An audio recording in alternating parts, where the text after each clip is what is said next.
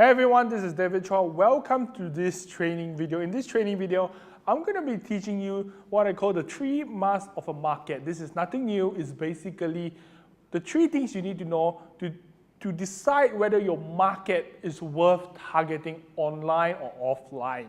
So this is the easiest thing, but also very foundational thing when it comes to finding or defining your target audience. Because a lot of people, we have different products or niches for different kind of people.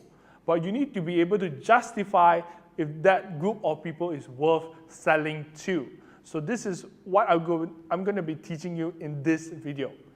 Okay? So just to give you a quick rundown, 3 musts of a market, when it comes to marketing to your target audience, a lot of people say, they usually go, I'm marketing to people above 18 to 55, and then they're all male. That's not marketing. That's not even a target audience. That's not defined enough. The best way you can define someone is by their interest preferred breed. Okay, so I'm going to review to you these 3 things that you need to take note of when you do your next marketing campaign or when you're trying to define your target market. Okay, so I'm going to review the first one now. And the first one for of the 3 musts of a market, the first one is you need to find people who are irrationally passionate. Irrationally passionate. What does that mean? You need to find people who are irrationally passionate about something. For example, let's say we want to find people who are interested in golf. When you talk about golf, there are people who are very passionate about golf. When you want to sell football, for example, you want to target the people who are very passionate around football. There are also people who are very passionate about building a business. If you're watching this video, there are people who are very passionate about building passive income. If you're doing MLM or any kind of stuff like that. So the first thing is you need to find people who are irrationally passionate. So the second thing is the numbers need to be high.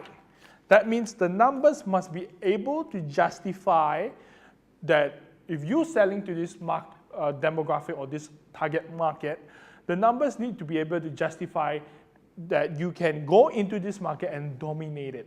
So what do I mean by numbers? The numbers basically, it means that specifically it's all about when you do a targeting, you need to find out how many people there are. For example, let's say if I do golf in Singapore, if I were to use the Facebook search engine or Google Analytics, the numbers would be ranging around about 100,000 to 200,000 people in Singapore who like to play golf and they are irrationally passionate about golf. But there are people, I remember I had this client that's pretty funny, and then she used to sell beaver, you know the beaver teeth. And what it does is basically a teeth that cracks nuts. And that kind of product, just by listening, you go like, okay. Well, how does that apply to me?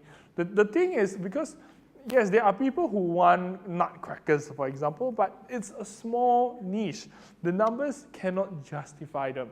So if you want to sell something to a market, you need to make sure that your clients are irrationally passionate, and then there must be at least a number to justify them. Just to give you a range, that at least needs to be at least 10,000 plus people who are interested in this product or market that you're selling. Because why?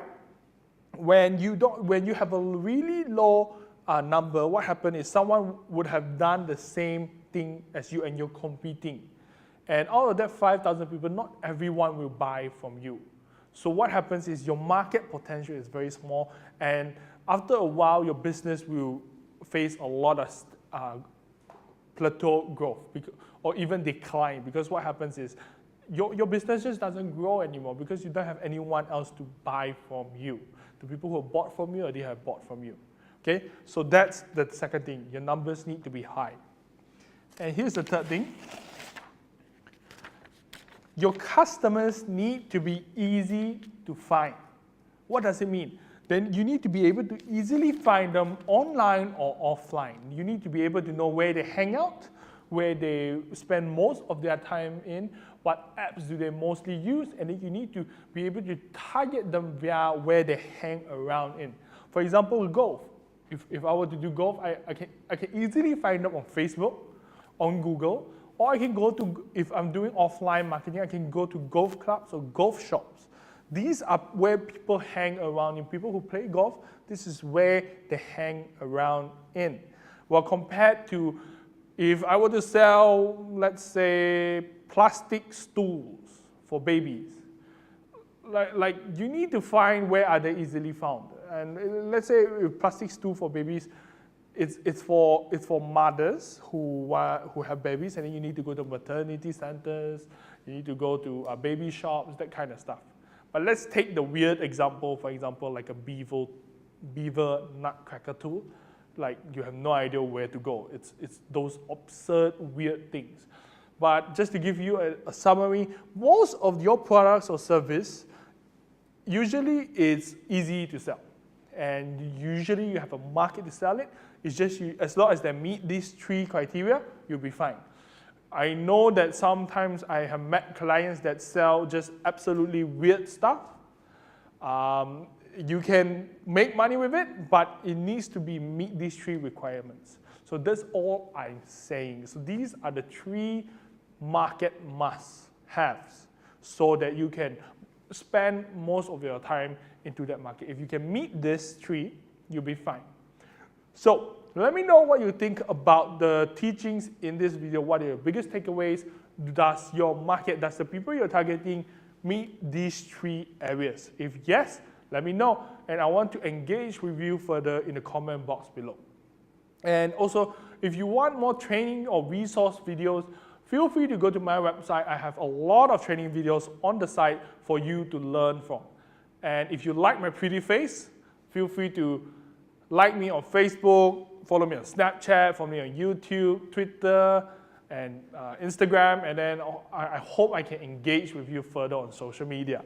And most importantly, if I get the opportunity to see you live, face to face, please grab me that opportunity. If not, I just hope I can see you in another video and our paths do not end here.